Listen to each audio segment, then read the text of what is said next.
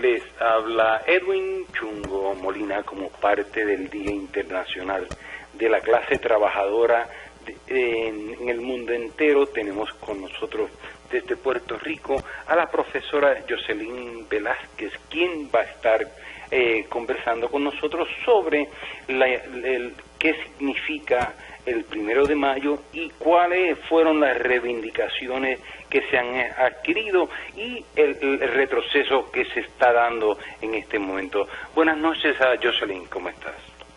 Buenas noches a ti, a toda la radioaudiencia, en especial a todos esos hermanos y hermanas de la diáspora, a los puertorriqueños y a los latinoamericanos en general que nos estén escuchando. Gracias por esta oportunidad y por brindarnos este espacio. Jocelyn, era el Día Internacional de los Trabajadores.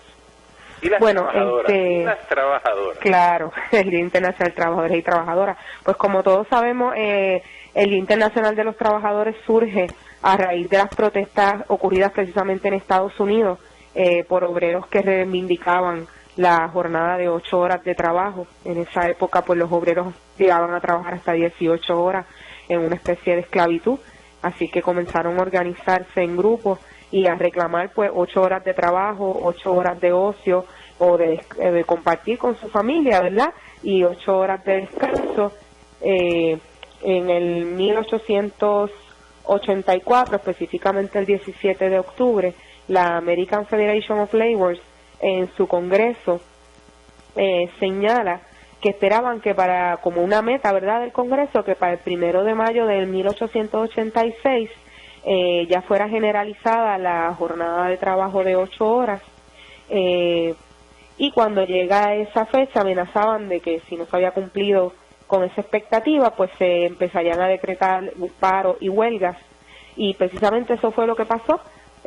Algunos patronos no asumir, ¿verdad?, esa aspiración de los trabajadores, pues empiezan a surgir paros y huelgas, sobre todo en Chicago, que era una población en donde había muchos obreros, muchos trabajadores, y que estaban siendo duramente tratadas por el sector empresarial, ¿verdad? Producto de esas manifestaciones y de esas huelgas, se da una confrontación el 2 de mayo, se declaraba huelga el 1 de mayo, el 2 de mayo hay una confrontación entre obreros y rompehuelgas. En dicha confrontación interviene la policía, dejando aproximadamente 6 personas muertas y varias decenas de heridos. Esta manifestación sigue escalando. Ya el 4 de mayo se realiza una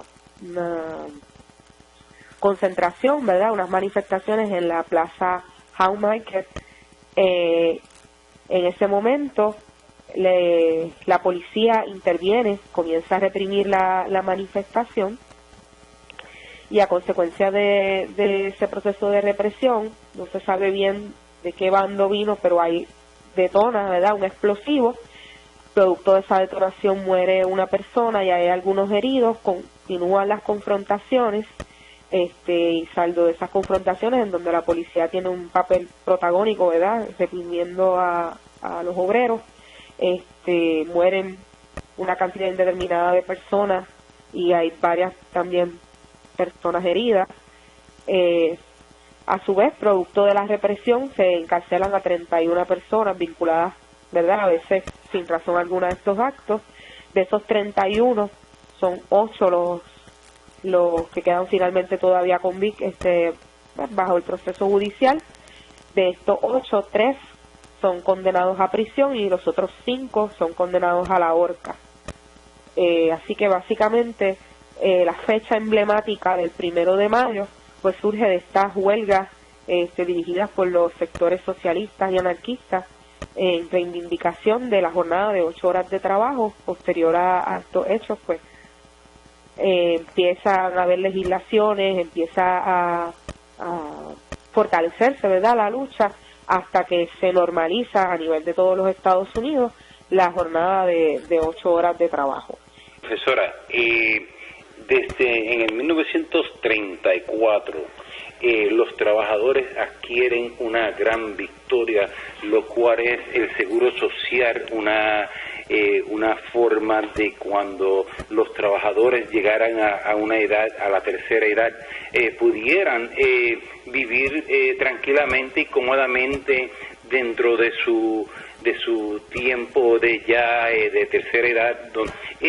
Son muy pocas las reivindicaciones que los trabajadores han adquirido, y yo quiero saber que usted no diga cuáles algunas son de esas razones.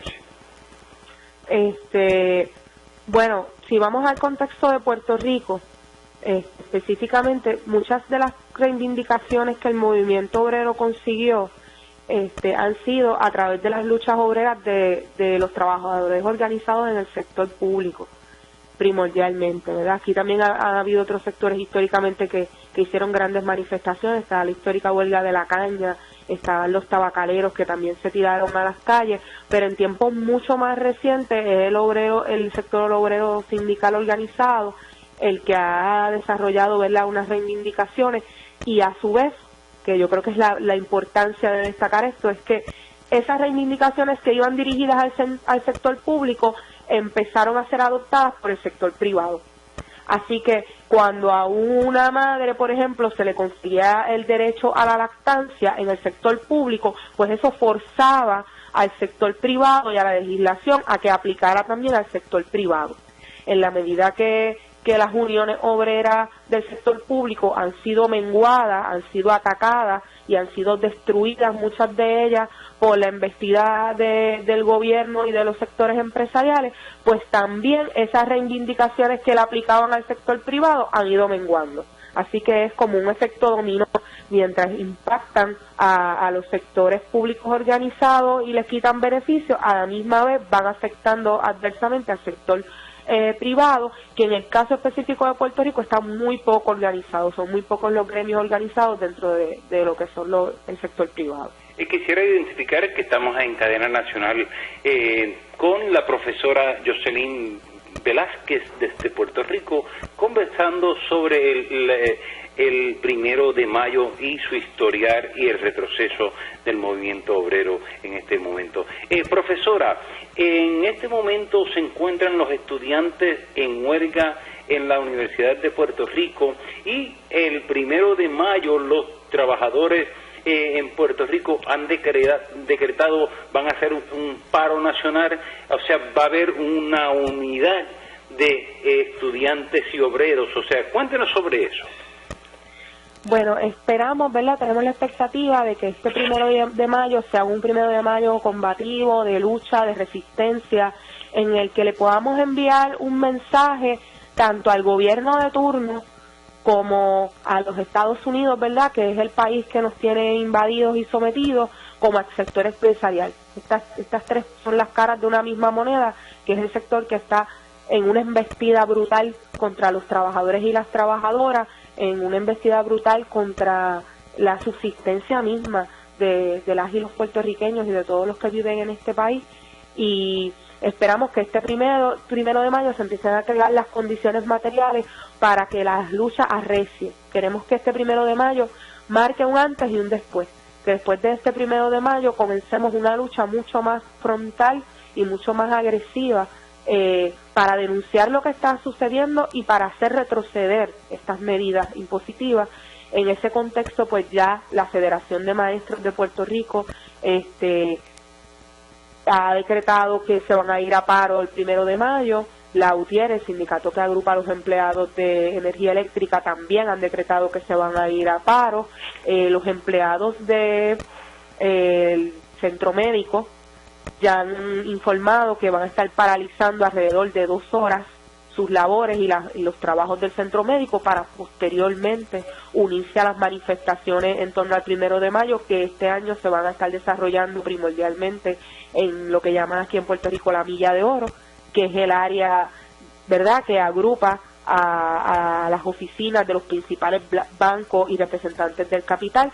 A esas manifestaciones, pues también, como tú muy bien explicaste, se van a estar incorporando los estudiantes, quienes en este momento mantienen paralizado básicamente todo el sistema público de enseñanza superior, los profesores universitarios y la Hermandad de Empleados No Docentes, que es la unión que agrupa a los empleados no docentes de todas las unidades del sistema universitario.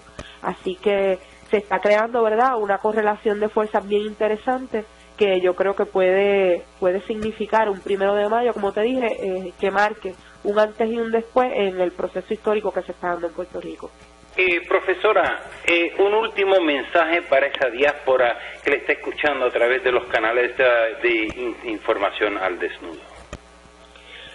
Pues primero un mensaje de agradecimiento porque la presencia de la diáspora ha sido vital. Constantemente tenemos las noticias de las acciones de resistencia, de las acciones de apoyo, de la denuncia que ha hecho la diáspora a la Junta de Control Fiscal, y es algo que ha sido sumamente importante para que el Estados Unidos y el mundo entero conozca, ¿verdad?, la gravedad de la situación que vive Puerto Rico y la falta de democracia que se vive aquí. Además de eso, pues seguir trabajando juntos. He tenido la oportunidad de hablar con compañeros de la diáspora y aprovecho este espacio también para decirlo. El éxito en nuestro empeño, ¿verdad?, por defender nuestro país depende de nuestra unidad, depende de nuestra capacidad de realizar acciones concertadas, que tanto mientras en Estados Unidos nos expresemos a nivel nacional y nos complementemos en esta lucha. Eso es vital y fundamental para ser exitosos y para que el mundo entero comprenda que en Puerto Rico se está cometiendo un crimen y que ese crimen hay que detenerlo de la manera que sea necesaria. En esas estamos y seguiremos.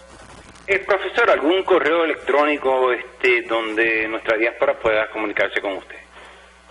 Sí, me pueden contactar a mi correo electrónico, que es jvelazquezupr@yahoo.es. Le damos las gracias por estar compartir los micrófonos con información al desnudo.